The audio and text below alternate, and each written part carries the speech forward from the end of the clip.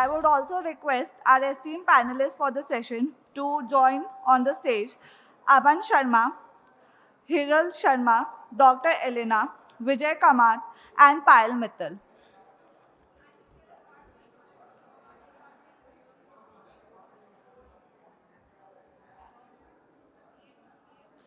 Thank you everyone for joining with us. Over to you, ma'am. Thank you. Thank you so much. Like I said, we will take 30 minutes only and we will wrap it up. But a funny story, we're not selling any product here, we're selling an idea. And we would like all of you to be, participative in ideating. But I do want to say, imagine a tech company where they have actually given their development team a task to basically have their AI assistant agent tested out. And the development team actually goes out and gives the AI agent to respond to "Hey handsome." Everything goes well till the time it starts getting compliments from male colleagues, and it doesn't know then what to do, right? And that's really the power of not bringing diversity into each one of our mandates and each one of our requirements at jobs and at homes. So it is my pleasure to welcome a very, very powerful panel today along with me. I have Dr. Elena Fernsman on my left. Dr. Elena Fernsman is the Vice President and Head of Global AI Accelerator Program at Ericsson.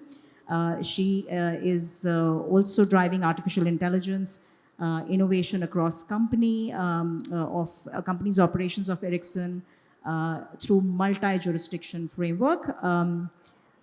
I also have Vijaya Kamath next to her. Vijaya is CEO of Sensorize. Vijaya is, her career has spanned many corporate leadership, entrepreneurship, and social impact endeavors. She's also deeply committed to elder care and dedicated not just her time, but portion of her earnings to many of these endeavors. And I also have Payal next to Vijaya. Payal currently serves as a Deputy General Manager with MTNL. She's a tech graduate. Payal has 30 years of experience and a very interesting career journey that I would love her to sort of relate when she has time to speak. I have Hiral on my right. Hiral is the Head of Solution Architecture at Fortinet. She has 17 years of experience and she's a trusted advisor to corporates, government clients, and defense organizations.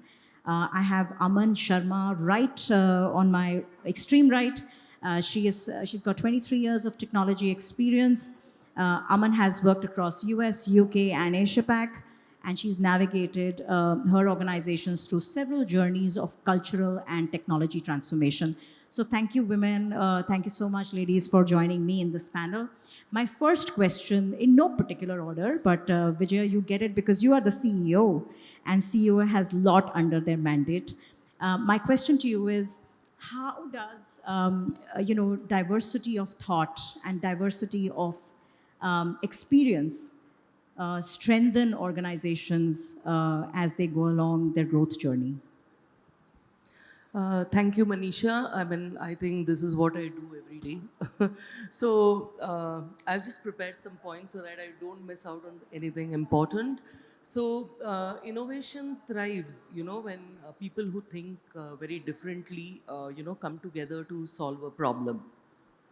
So when it is different people bring different experiences and perspectives. And with that, comes a very, very unique way of looking at the same challenge. So if you look at, a team, someone who is very close to the customer may understand a pain point of the customer, which the engineering team might not. And then you have a data scientist, in the same team who will, look at the data and, come up with a different intersection point. So that's how, diversity works in teams. So diversity, in my opinion, should not be seen, as a way to highlight specific groups. It's really about widening participation to solve a problem at hand. So when we bring in a mix of perspectives, we build a technology that's more inclusive, very relevant, and genuinely innovative. And one last point, okay, diversity is not charity, nor is it compliance. It is a very, very good strategic tool and a real business advantage if you practice diversity. Thank you so much. That was lovely. I think, Elena, I would come back to you on the second one. And I know this might be a little tough one because there is paucity of some of those projects, but can you perhaps look at the landscape and look at some moonshot projects that women have sort of driven in the tech field? What's a fantastic question and very tricky one. I agree with you. It's I've been kind of trying to dig up from my mind where we have the fantastic, intelligent women who were really thinking, coming up with the bold ideas. Of course, we have those in the past. We do have those today as well. And I was digging up the statistics with how it looks in the startup map nowadays. We have about 15% startups in the world that are created by female founders, which is way too low, even though, I mean, we've come far. And I was kind of starting to analyze what's happening and why does it look as it does, right? I mean, I see that there has been a big transformation. And I see kind of women leaders and women ideas. They are kind of often purpose-driven, and they are very much about the calling. And all these startups that I see, the moonshots and the really good ideas, beautiful ideas, they are not directly driven by the money. They're driven by the calling, and those callings are often, actually making the world a better place. Those startups are about, environmental change. Those startups about the diversity. Startups that are about girls who start to code and so on. And many environmental startups are about, making the world a better place. And and then I will give you one example that I really, really like. I was thinking, making cleaner lakes, but there are also ideas about making cleaner data lakes, because data lakes are so extremely important. And having good data as a base in the world, very clean, non-biased, a very good annotated data, that's kind of a prerequisite for democratization of algorithms and so on. And we have one professor, Fei Li, as we know, who has created the biggest data bank of beautifully annotated images with the metadata, and actually offered that to the world, and is creating now a model of the physical world as well for the world. So this type of purpose-driven innovations, they are the most beautiful ones. Thanks, Elena. I think we often talk about AI with the specific mandate of human in the loop. And I often wonder, we should probably also have few women in the loop, just so that we don't have, biased data sets driven out of AI, which is going to, not be beneficial in the long run. My next question, Payal, to you. Tell me, while this may be true for all domains, specifically for technology more so, what are some of those challenges that women face in our tech field that they sometimes cut short their careers or move out? And perhaps a personal story for you that might be great to hear from you. Yeah, thank you. Good morning to all of you. Just to make it a little interesting, I'll share a small story. This is about a girl who did her graduation BTech from a very prestigious university 30 years ago.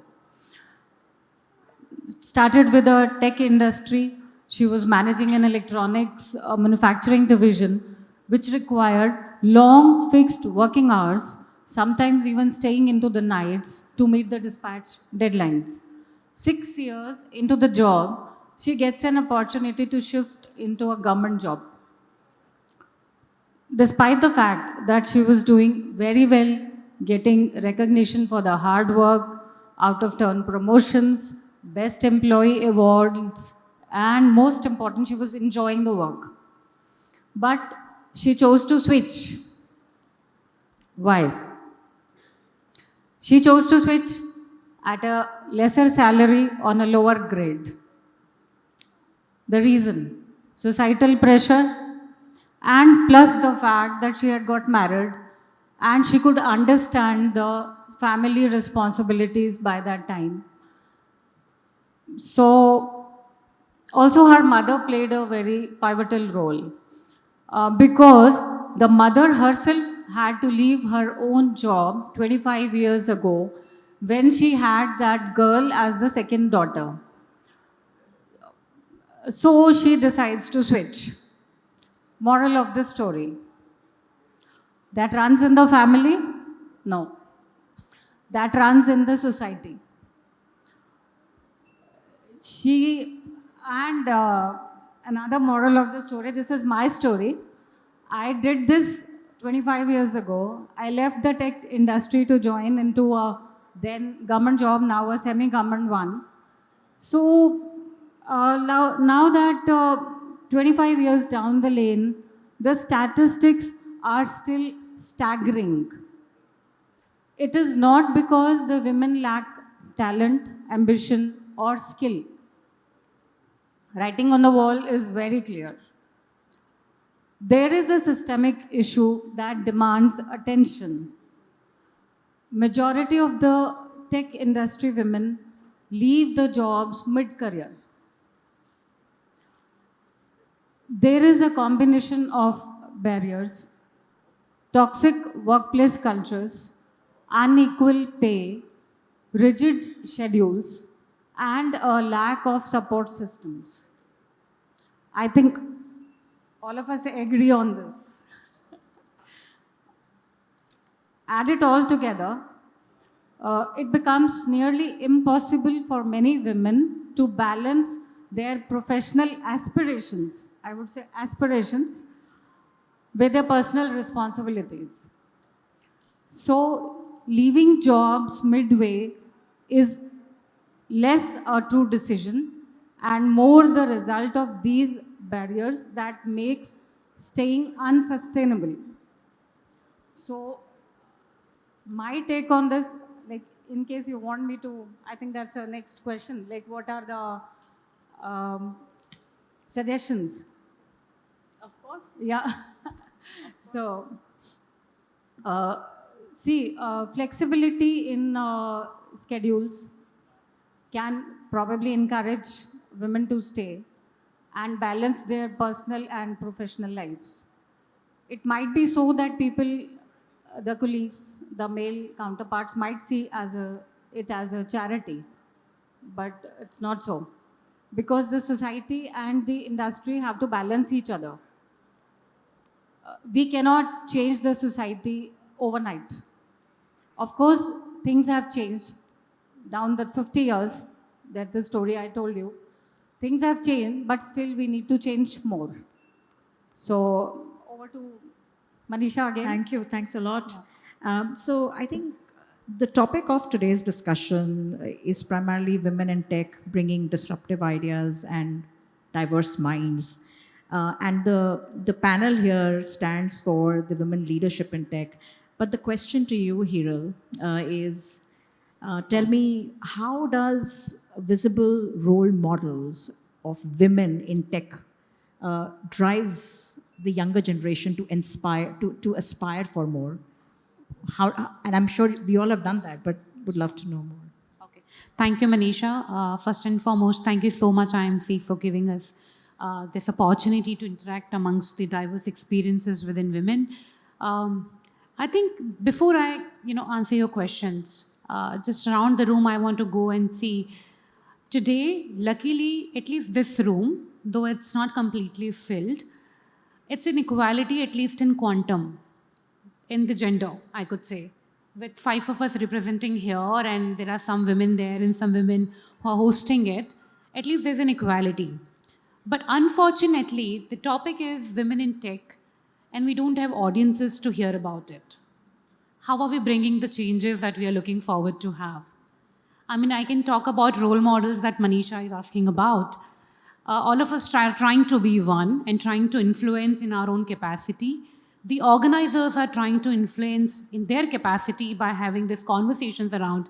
There's not only one panel, there are 2 panels in this particular subject. And we had Honorable Chief Minister of Delhi coming in and talking about how fearful these women are and what changes they can bring. So I think we have role models not only in tech, across the different walks of life, and not only within women, but I'm sure the men present here, somewhere or the other, play that role in terms of influencing your dear ones, whether it is your sister, mother, daughter, or a friend nearby, to motivate them to take tech as one of the leadership roles, right? At least a career choice. Now, my co-panelist Payal also spoke about what challenges were there. That's why she had to leave the job in between and probably settle for something lesser for her personal choices, right? Today, luckily, tech is such an industry for women. For all the women in the room, I'm sure you know about it. And for the men, I want to give you this key pointer so that when you see women around in your life, you go and influence. Tech gives you that flexibility, which has been the biggest obstacle for a woman to go out and work. That flexibility, that freedom to choose, and most importantly, to innovate, where the creativity, the natural creativity, the skills that a woman naturally carries helps a lot of way in the career. By role model, coming specific to the Manisha's questions, I'm sure there are many, but as me being the one, I've had my own career choices and career obstacles throughout this to reach here. As a role model, I only go ahead and encourage every girl that comes my way, despite of whatever life stream she chooses, that go ahead, take that risk. It's worth taking it. Any risk that you fear of, just go and face. It could be career, it could be personal, it could be selecting a particular role. At least be open and look at it from a different perspective. Things will eventually work out for you. Not from the spectrum that you're looking at today, but eventually things will work out. So that's my submission. But in a generic, I'm a little disappointed to see that though we are having a conversation, but we don't have supporters here to, embrace that conversation amongst the society. Yeah. Thanks, Manish. Thank you, Hiral. You do raise a very important point about, just having support system that inspires, women to grow higher in their growth aspirations. I'll come to you, Aman. While we were discussing what were the thoughts that we wanted to bring out in this forum, you actually touched upon a very important point. And you said it's important for not just for women, but men colleagues to be sponsors and perhaps mentors to their women juniors, right? So, and I know that you wanted to speak about that. Please help Yeah, us sure. with some of the experiences that you've had. Yeah, thank you, Manisha, and thank you everyone here. So, in last 20 years, what I've been noticing happens around all of us is that how do we measure the performance for both the genders, right? So my observation is that usually men are being promoted on the basis of potential, right? Oh, this guy has a potential, let's give him a promotion and then we'll mentor him on the way. However, for women specifically, you have to prove yourself first, and that's when you get the promotion. And even after you get the promotion, you keep proving yourself every day. It's like this cycle never ends, right? So how do we do this? How do we break this cycle? Because this cycle is tiring, very, very tiring. And that's when women decide to quit tech jobs. So we need to shorten, we need to relax these cycles for women, right? So if we really look at the stats globally as well, women are not leaving tech jobs because they are talent deficient, right? They are leaving jobs because there is no visibility. There is lack of sponsorship internally. So when I talk about sponsorship, there are mentors within the organizations, outside in the industry as well, right? But what happens is how your skills are being talked about in your absence. So when you have right sponsors within the organizations, when they promote you within the organizations, when you are giving the high profile projects to work on or high visibility projects to work on, that's when you help with that sponsorship round, right? So that's why I think we need to create policies. We need to imbibe sponsorship for women in the organization in a way that it's not done out of charity, but this is important. And it is already happening for men. So we all have heard about boys club in the evenings. They catch up, they chit chat, they go out on drinks and everything. We're not able to do so. We have to go back home. Our kids are waiting, right? So they build those trust among themselves during that time. How do we do that? Maybe we build policies around it. Can we also have sponsors?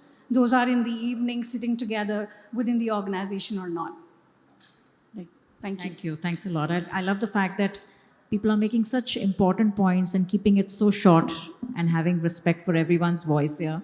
Vijaya, next one for you. I think Aman touched upon policies and frameworks in an organization. What are some of those policies and frameworks that can help? And you run that organization. How are you helping? Uh, I think from a policy perspective, everybody talks about diversity, equity, inclusion. But do we measure it? No. Do we have any mechanism to measure it? No, unfortunately. So, this should become a very important part of our government policy framework, perhaps the HR Commission or Women Welfare or something, where, there is some measurement framework, that is devised, where, corporates, any organization, SMEs, startups, etc., can report what they are doing in this DEI space. And a very important thing, other than the policy, is about a top-to-down approach where leaders enforce this. Okay, they include diversity, equity, inclusion in everything, every affair of the company. Okay, and then a lot of stuff on. Training and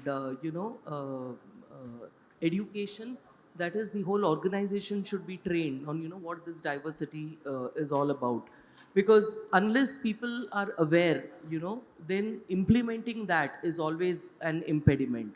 So I think these are some of the points, and I think flexible work options. I think in COVID we did see a lot of this work from home and all, but now in the last 1 year it's all changed and everybody have been asked to come back to work.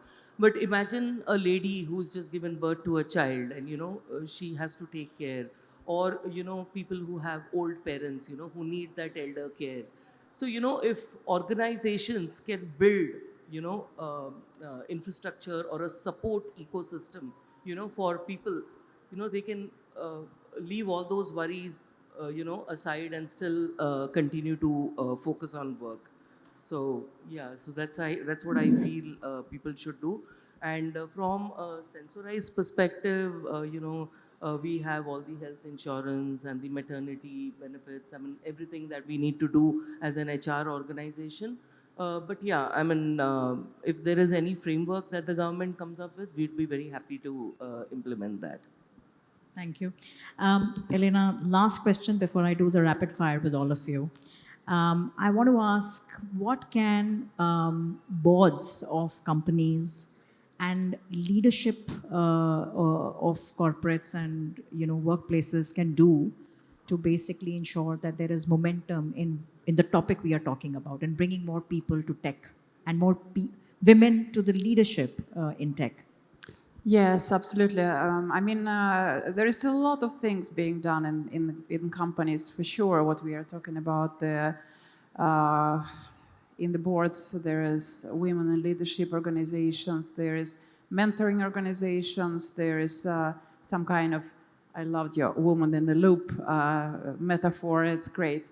I think one more very important thing that needs to be done across the society is to address it upstream. So early on in the schools, in the educational systems, bring this equality for girls in STEM subjects specifically so that we unlock this. Because we're unfortunately, even though we're transforming, I can see that since, well, there are fewer female-driven startups and there are fewer female founders and there are fewer people, there are fewer women, but here we are in this panel and we are spending time on kind of advocating it and mentoring it.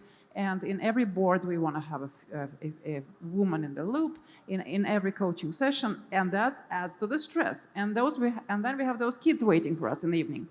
That all adds to the stress. So we need to, it's so important. So we cannot stop doing that. We still need to do that, but we need to kind of, reach that curve when it becomes easier, because it's still very tough, and we need to have more advocates for this from men as well, for sure. I like to add to this one as well. Maybe a short story, because I think outside the policies and the regular corporate structure, we need to have more empathy for each other, not just for women, but even for men who are working with us. I share a short story with everyone that represents a very senior leader's empathy in a very good situation for me.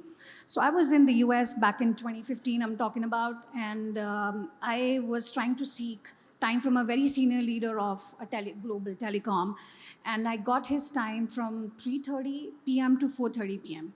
And in the US, people generally start their day early, so I used to reach office at 7 a.m. And I used to pick up my daughter from her daycare at 4:30 p.m. And I was like, shit, I've got the time, but I've been chasing this leader for last 2-3 weeks, and now I just don't want to miss it, right? I responded to him, I picked up a call that I have to pick up my daughter at 4:30. Can we make it from 3 to 4? And he said, Aman, I wish I could do that, but you can leave at 4, and I promise you that I'll give you time next day. I said, fine, he may be just saying it. We were in a meeting, and as usual with me, what happens when I'm in the flow, I totally lose control of time. I was explaining him a very complex technical solution at 4 p.m. He says, stop here, man. You have to go pick up your daughter. She is more important than this meeting. Go pick her up. And he actually gave me the next day slot there only. And he did not see that as a charity given to me. That flexibility, he actually meant it. He said, if it was my daughter, I had to pick her up at 4:30, I wouldn't have even said yes to this meeting. So that empathy is really going to help us on day-to-day basis, right? For each other. We're all working together. We're all one workforce. We cannot say you've been given this charity, this flexibility, and it's a charity, but all men are struggling really hard, or all women are struggling really hard. We all need to work together, come together for each other. Thank you. Thanks a lot, Aman. So basically, I just want to also relate one last bit before I just go to my colleagues here.